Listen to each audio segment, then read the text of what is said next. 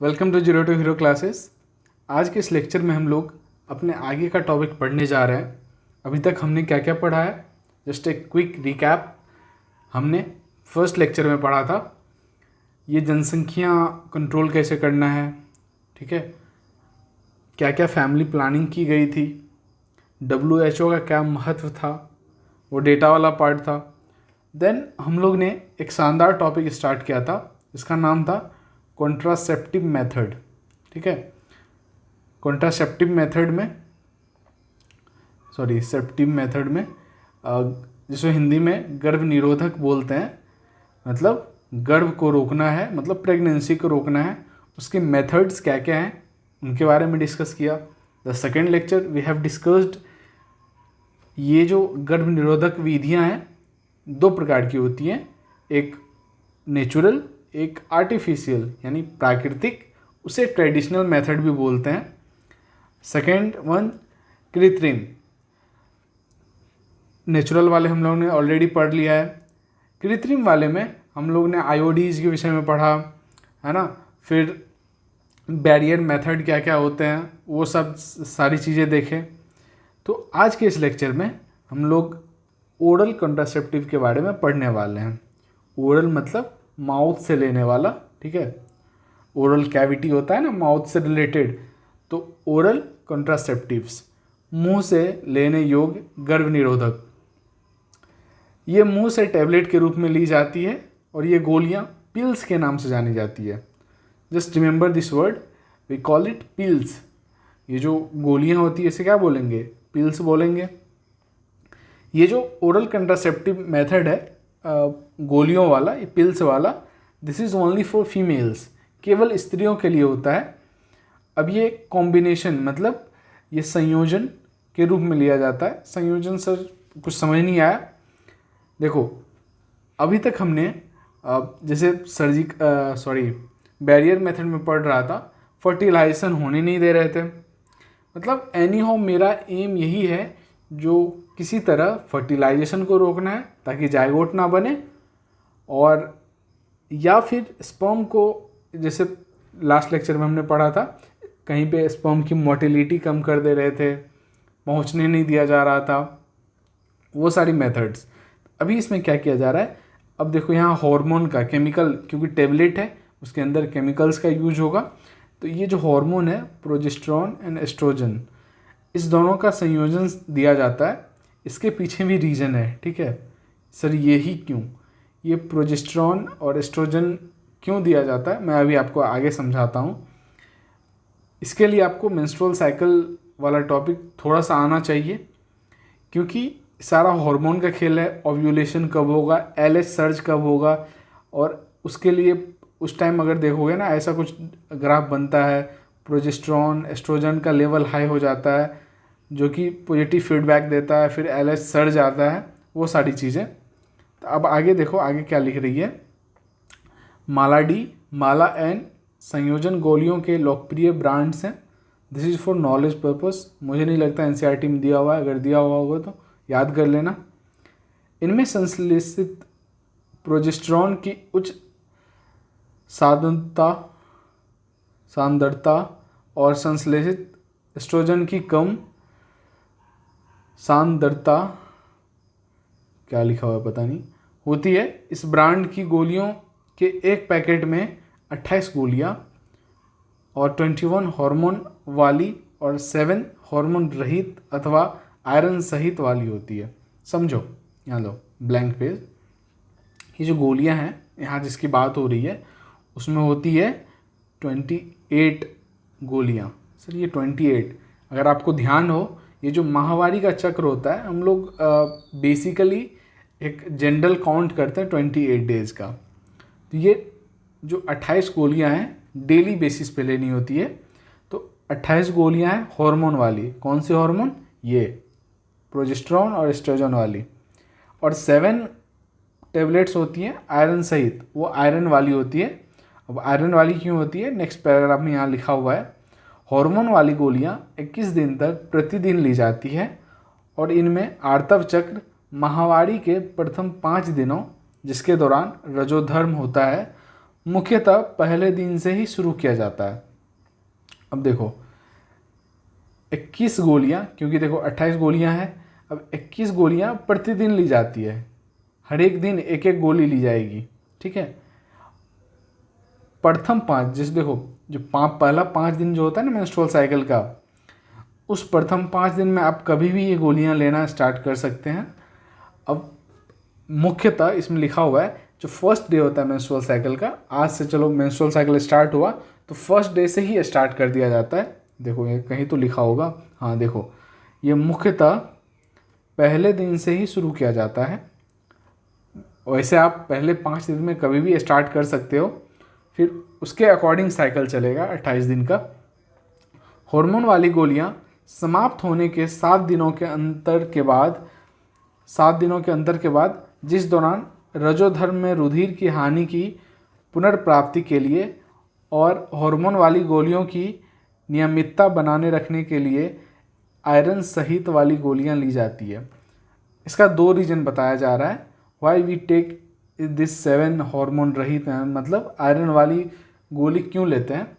पहला रीजन बताया, ये जो ब्लड लॉस होता है ड्यूरिंग मेंस्ट्रुअल साइकिल, ठीक है, क्योंकि जब ये क्या कहते हैं हार्मोन वाली गोली लेना बंद कर देते हैं तो आप फिर क्या होता है, फिर मेंस्ट्रुअल साइकिल आता है।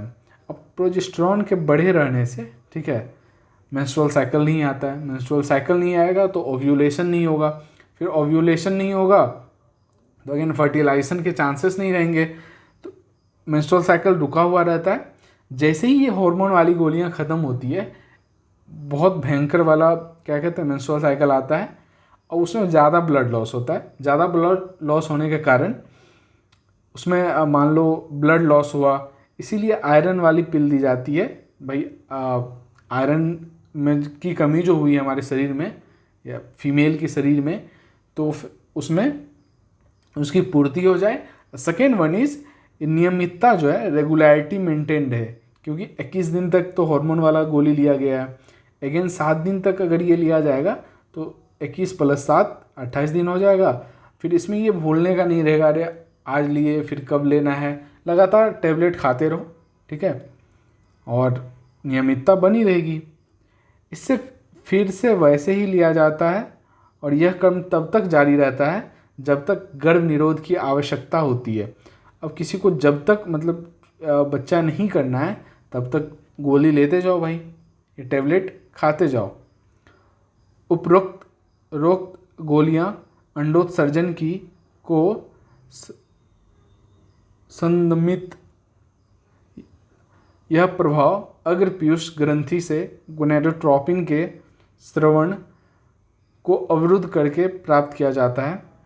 बेसिकली इसके पीछे मैकेनिज्म समझो, ये जो गोलियां ली जा रही है, ठीक है, ये मतलब बेसिकली ये जो ओव्यूलेशन का पीरियड होता है ऑन द 14th डे, ठीक है, इस ओव्यूलेशन पीरियड को ऑल्टर किया जाता है या उस पर काम किया जाता है। अब क्यों? अब एंटीरियर पिट्यूटरी ग्लैंड से गोनेडोट्रोपिन नाम का हार्मोन एक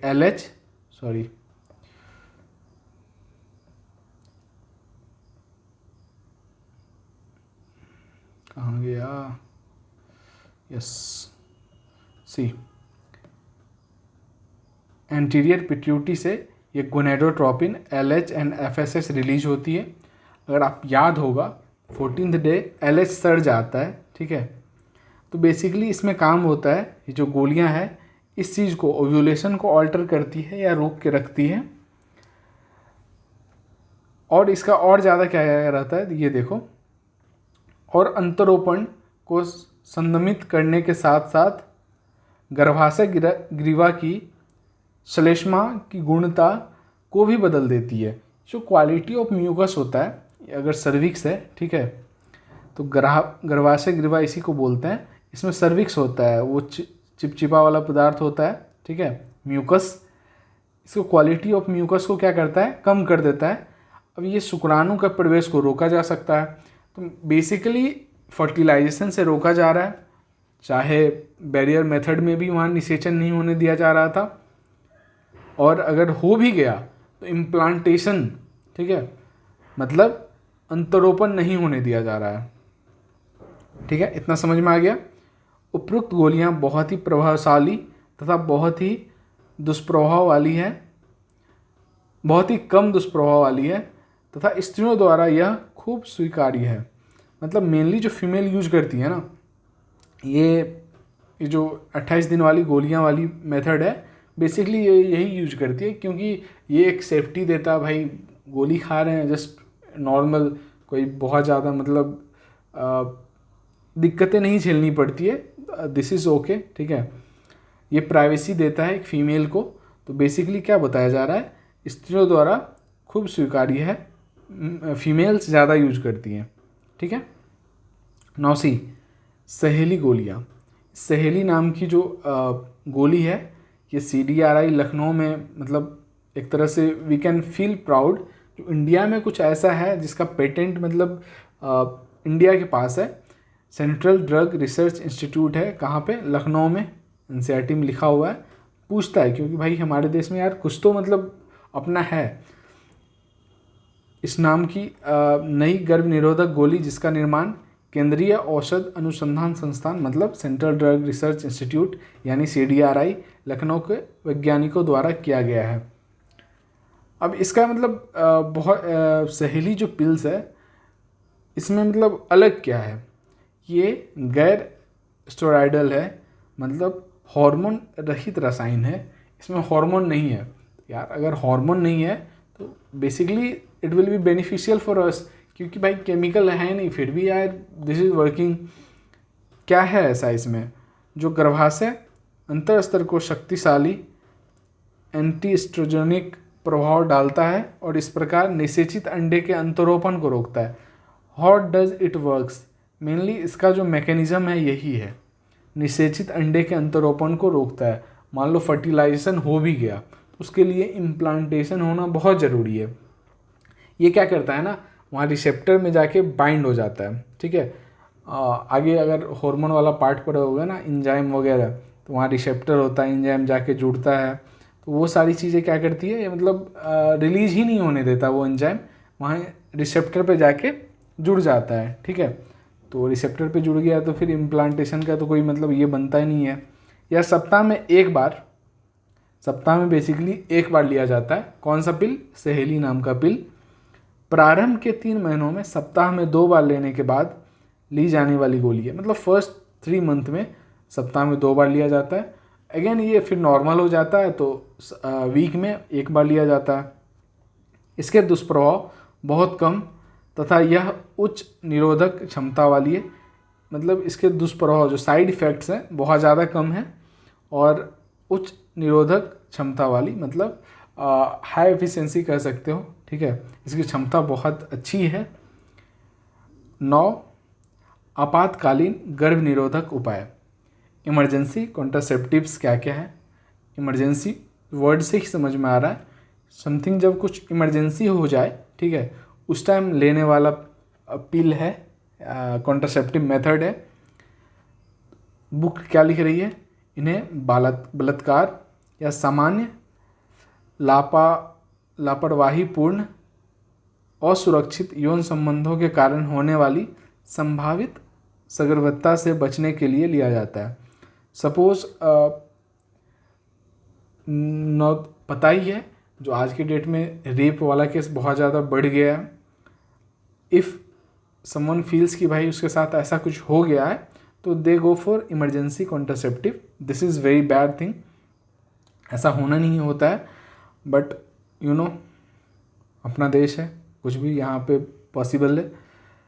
अगर मान लो कोई लापरवाहीपूर्ण और सुरक्षित यौन संबंध में, मतलब without condoms they just go in intercourse, तो यौन संबंध बनाने के कारण संभावित सगर्भता, उसको लगता है यार something has happened, like ejaculate बाहर नहीं किया गया है, दे कैन उसको लगता है यार प्रेग्नेंट हो जाएगा, तो they can use this emergency contraceptives. मैथुन के 72 घंटे के भीतर प्रोजेस्टेरॉन्स या प्रोजेस्टेरॉन एस्ट्रोजन संयोजन का प्रयोग अथवा आयोडीज के उपयोग को आपातकालीन गर्भ निरोधक के रूप में बहुत ही प्रभावी पाया गया है। ये जो 72 आवर्स है, इसके बीच में ये लिया जाता है अगर उसे लगता है जो यार किसी बच्ची का अगर रेप हो गया है, किसी फीमेल का रेप हुआ है, या वो असुरक्षित यौन संबंध में आ चुकी हैं, तो 72 घंटा के अंदर या तो फिर इसका डोज या दोनों का संयोजन के रूप में लिया जाता है। तो कुछ एग्जाम्पल्स हैं अनवांटेड 72, आई पिल, इजी पिल आदि आपातकालिक गर्भ निरोधक गोलियां के लोकप्रिय ब्रांड्स हैं। नाउ सी, टीके, इंजेक्टेबल्स और अंतरोप इम्प्लांट्स बहुत ही शानदार कंट्रासेप्टिव है क्योंकि ये लॉन्ग टर्म के लिए। अभी इसको समझो। अब मेथड, इसका मैकेनिज्म वही है। तुम देखो ना, हर एक जगह एस्ट्रोजन प्रोजेस्टेरोन का कॉम्बिनेशन दिया जा रहा है। क्यों? क्योंकि ओव्यूलेशन नहीं होने देना है, फर्टिलाइजेशन नहीं होने देना है। स्त्रियों द्वारा प्रोजेस्टेरोन अकेले या फिर एस्ट्रोजन, बार बार वही, या तो ये अकेले या दोनों के साथ में का संयोजन भी टीके या त्वचा के नीचे अंतरोप के रूप में लिया जाता है। बेसिकली इसमें होता क्या है, ये जो हाथ होता है ना, वो हाथ में ये देखो, जैसे ये देख रहे हो ब्रांड नॉर्ड प्लांट है, इसमें माचिस के तीली की तरह छः है। इसको क्या करता है, स्किन के नीचे डाल दिया जाता है। ये धीरे धीरे धीरे धीरे यही हार्मोन रिलीज करते रहते हैं। यहाँ पे आपको मैं अभी दिखाता हूँ, टेक्स्ट में ऑलरेडी लिखा हुआ है। इसके कार्य की विधि ठीक गर्भ निरोधक गोलियाँ की भांति होती है, सेम वैसा ही है। बट जैसे देखो ना, अगर तुम या तो टेबलेट के थ्रू ये कॉम्बिनेशन लो या फिर इसके थ्रू लो, तो बात वही है। इनकी कार्य विधि ठीक गर्भ निरोधक गोलियां की भांति होती है और काफ़ी लंबी अवधि के लिए प्रभावशाली होते हैं। ठीक है, अब देखो ये वही सब लिखा हुआ है, नाम है, याद मत करो, कोई काम का नहीं है। अब नोड प्लांट, ये एनसीईआरटी का डायग्राम है, देख रहे हो, तो क्लास 12। नोड प्लांट अंतरोप का एक ब्रांड है। इसमें 6 माचिस की तीलियां के आकार की ट्यूब्स होती हैं। काम का नहीं है, काम का नहीं है, बस इतना पता रखो, ऐसा कुछ होता है। अब आगे देखो, आगे क्या लिखा जा रहा है। ये मेथड बहुत ज़्यादा फेमस है, ठीक है, और बहुत ज़्यादा यूज का है, इसे समझे। ये प्रायः ये जो शल्य क्रियात्मक विधियाँ, सर्जिकल मेथड, सर्जरी मतलब कुछ कट्टा पीटा करना या काटना वगैरह, वैसा ही कुछ है। ये बहुत ज़्यादा यूज होने वाला है। ऑफन वी से ना, जो ये ऑपरेशन करा लिया, ऑपरेशन मीन्स क्या, ये या तो अगर फीमेल है तो ट्यूबेक्टोमी कराएंगी और मेल है तो वासेक्टोमी कराएंगे। तो वही चीज़ देखो, ये प्रायः उन लोगों के लिए सुझाई जाती है जिन्हें आगे सगर्भता नहीं चाहिए। अगर उसे मान लो अब 2 बच्चे हो गए, 3 बच्चे हो गए हैं, अब इसे बच्चा चाहिए नहीं, तो वो क्या करते हैं, उनके लिए सबसे बेस्ट मेथड है। और इसका मतलब रिवर्सिबिलिटी कुछ नहीं है। अगर मान लो कॉन्डम है, कभी कॉन्डम फट जाता है, या हार्मोन है, कभी वो अच्छे से वर्क नहीं करते हैं, तो there might be possibility. But अगर ये मेथड है, this is the best method. अगर किसी को आगे बच्चा नहीं चाहिए, वे इसे स्थायी माध्यम के रूप में पुरुष स्त्री में से एक अपनाना चाहते हैं। अगर मान लो कोई पुरुष है, ठीक है, वो भी करवा सकता है और स्त्री भी करवा सकती है। शल्य क्रिया की दखलंदाजी से युग्मक परिवहन संचार रोक दिया जाता है, फलतः गर्भाधान नहीं होता है। अब देखो, अगर याद करो, फर्टिलाइजेशन कहाँ होता है, यहाँ एम्पुला पार्ट है, स्थमस रीजन है, यहाँ पे फर्टिलाइजेशन होता है। मान लो यहाँ से ओवा निकला, यहाँ पे आया, यहाँ से स्पर्म जाता है। अगर मान लो ये रास्ता को ही कट कर दिया जाए तो स्पर्म यहाँ जाएगा नहीं, फर्टिलाइजेशन होगा नहीं, बच्चा होगा ही नहीं। ठीक है, सेम अगर मेल है, यहाँ से स्पर्म निकला, स्पर्म अब यहाँ से भाई इजुकुलेट होगा। सीमेन मैंने समझाया था ना, ये समाइनल प्लाज्मा, ये सारी जो प्रोस्टेट ग्लैंड है, ये सबका सिक्रीशन प्लस स्पर्म मिलके सीमेन बोलते हैं। ठीक है, तो अब यहाँ से स्पर्म जाएगा ही नहीं, तो अगेन फर्टिलाइजेशन का कोई मतलब है नहीं।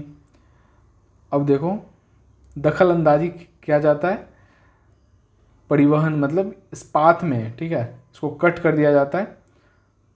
बंधीकरण बोलता है ना, बंधीकरण प्रक्रिया को पुरुष के लिए शुक्रवाहक उच्छेदन, वासेक्टोमी, जो वास्ट डिफरेंस होता है ना इसको, तो इस वास्ट डिफरेंस को कट कर दिया जाता है। इधर फेलोपियन ट्यूब होता है तो ट्यूबेक्टोमी से बोलते हैं। सिंपल है याद करना। शुक्रवाहक शुक्राणु से रिलेटेड है। शुक्रवाहक उच्छेदन तथा स्त्रियों के लिए डिंबवाहिनी फेलोपियन नली का उच्छेदन कहा जाता है। याद रखो, बेसिकली क्वेश्चन यही पूछेगा यहाँ से, मतलब हाईलाइटेड टॉपिक है, यहाँ से क्वेश्चन आने के चांस ज़्यादा हैं। जनसाधारण इन क्रियाओं को पुरुष या महिला नसबंदी के नाम से जानते हैं। अब जनसाधारण मतलब नॉर्मल पीपल जो है ना, हम लोग गांव में तुम देखोगे तो ये सब बोलते हैं नसबंदी करा लिया, नसबंदी, तो बेसिकली इस नाम से ज़्यादा फेमस है। ठीक है। अब शुक्रवाहक उच्छेदन में वृषण कोश में छोटा चीरा मारकर शुक्रवाहक का छोटा सा भाग काटकर निकाल अथवा बांध दिया जाता है। बेसिकली क्या होता है ना, इसे कट करके, ठीक है, इसको बांध दिया जाता है ताकि मतलब अब कटिंग हो गया है तो उससे ट्रांसफ़र हो ही नहीं पाएगा, या फिर उसमें छेदा थोड़ा सा डाल दो, तो बेसिकली कट ही किया जाता है। ठीक है। डंबवाहिनी उच्छेदन में स्त्री के उदर में छोटा सा चीरा मारकर अथवा योनि द्वारा फेलोपियन नलिका का छोटा सा भाग निकाल या बांध दिया जाता है। तुम ये देखो ना, फीमेल में क्या है, वही चीज़ है, फोटो में सीधा क्लियर हो रहा है। ऑलरेडी ये सारी चीज़ एक्सप्लेन कर चुका हूँ। ये तकनीक बहुत ही प्रभावशाली होती है, पर इनमें पूर्व स्थिति लाने में गुंजाइश बहुत कम होती है। मान लो यार ये कोई ऑपरेशन करवा लिया, दे थिंक कि अब उसे बच्चा चाहिए, तो ये बहुत ज़्यादा मुश्किल है, मतलब ना के बराबर reversibility, but this is the best method. अगर किसी को आगे बच्चा नहीं चाहिए तो this is the best method. ये रहा, थोड़ा सा नया चीज़ है, नया नया टर्म्स हैं, नए नए एग्जाम्पल्स हैं। आशा करता हूँ आप रोज़ पढ़ रहे होंगे, याद कर रहे होंगे। The only key to success is to keep studying, keep revising. Hopefully you all are studying very well. Thank you for watching. Thank you again. अब मिलते हैं नेक्स्ट वीडियो में। Thank you.